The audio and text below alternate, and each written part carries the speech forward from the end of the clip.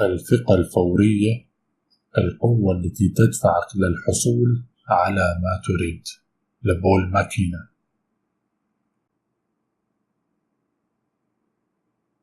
مراجعة مايكل نيل. Instant confidence. The power to go for anything you want.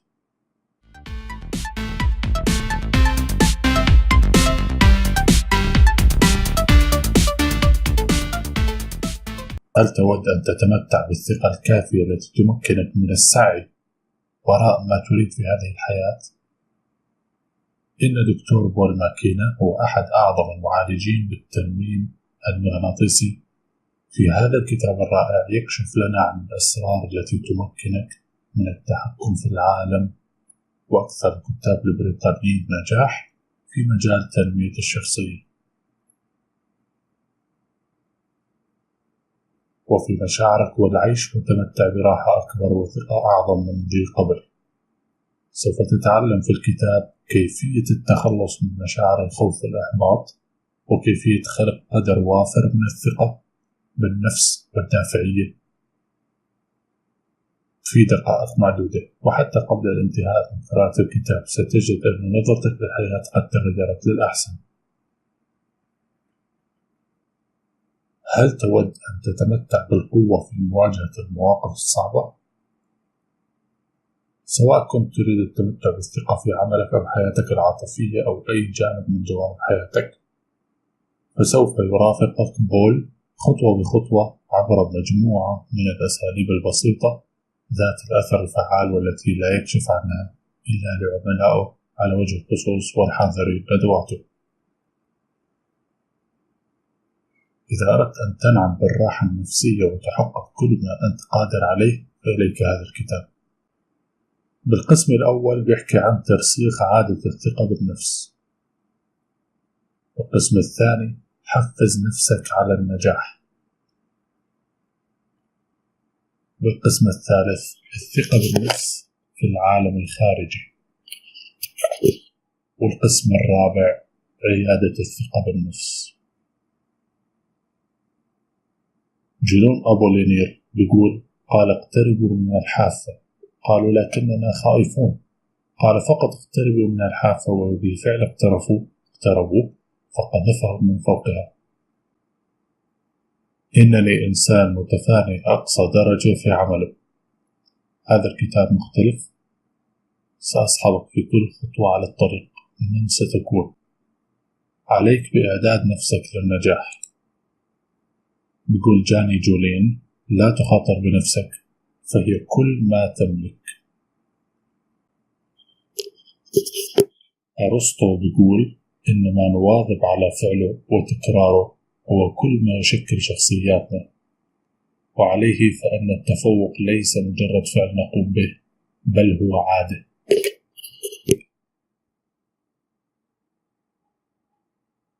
أول الغيث قطرة. زيادة الثقة بالنفس بصورة تدريجية، ما يتنافى مع الثقة بالنفس. أوسكار ويلد يقول: كن على طبيعتك فليس بمقدورك أن تتقمص شخصية غيرك. الخوف من أن تكون شخص عادي. النفس البشرية تحاول تحقيق هدفين أساسيين، وهما أن تبدو بصورة حسنة وأن تكون على صواب. شخصيتك الحقيقية أن تتوخى الصدق في كل موقف يقابلها. عقلك المدهش ميكانيكا العقل. جورج برنارد شو بيقول: من لا يستطيعون تغيير عقولهم لا يقدرون على تغيير أي شيء. عقلك الواعي، عقلك الباطن، القوة المدهشة للعادات. قوة الحديث الإيجابي مع الذات.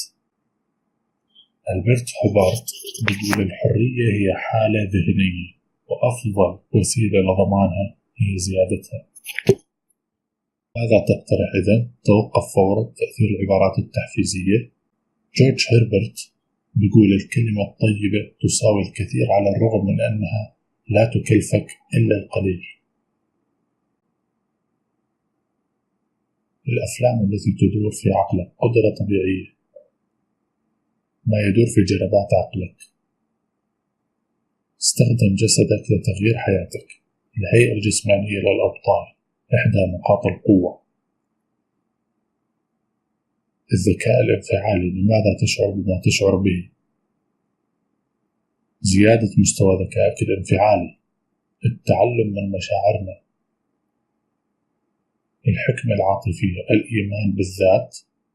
ألا تعد فكرة الإيمان بالذات فكرة مبتذلة عتيقة؟ قوة النبوءة. الخلل الإدراكي.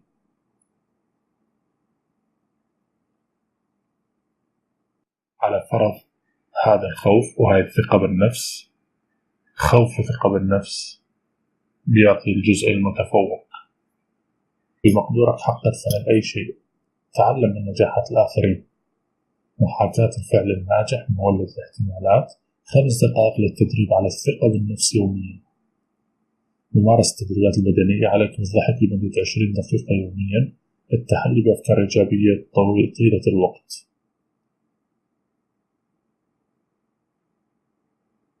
حفز نفسك على النجاح. ما الذي يحفزك؟ زيارة للمستقبل. التحفيز الفوري. التحفيز الداخلي. الأهداف. قوة الهدف. حجم أهدافك له أهمية بالفعل. من الذي يهتم بما تريد؟ الأمر كله خاص بك. لخص هدفك في نقاط محددة حتى يسهل تنفيذه. 4 خطوات بسيطة للنجاح. ضع لنفسك أهداف كبيرة بحيث تحفزك على القيام من فراشك بكل نشاط. 2 ركز على هدفك ولا شيء سوى هدفك. 3 تأكد من أهدافك لا تخص سواك. 4 قسم أهدافك لتسهل على نفسك إنجازها. اكتسب عادة العمل. المفتاح الرئيسي للنجاح. الحكمة وراء عدم التأكد. قلة الحيلة المكتسبة. المنحة الإلهية. القيام بقفزة هائلة للأمام.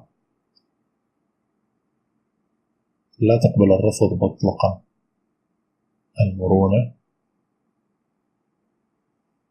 التغلب على العقبات.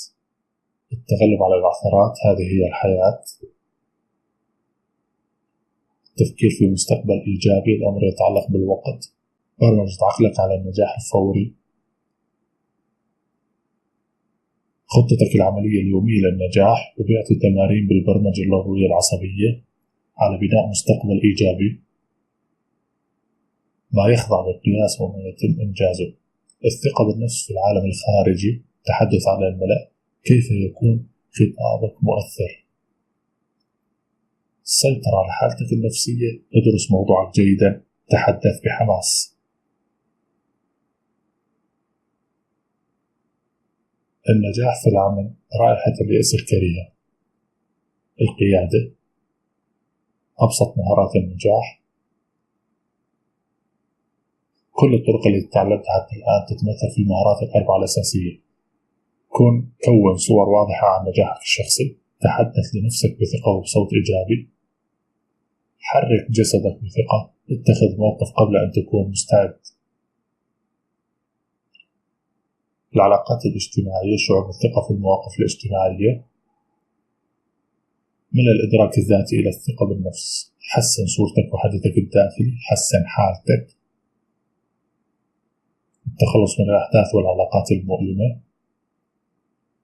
حينما يفيض الكيل.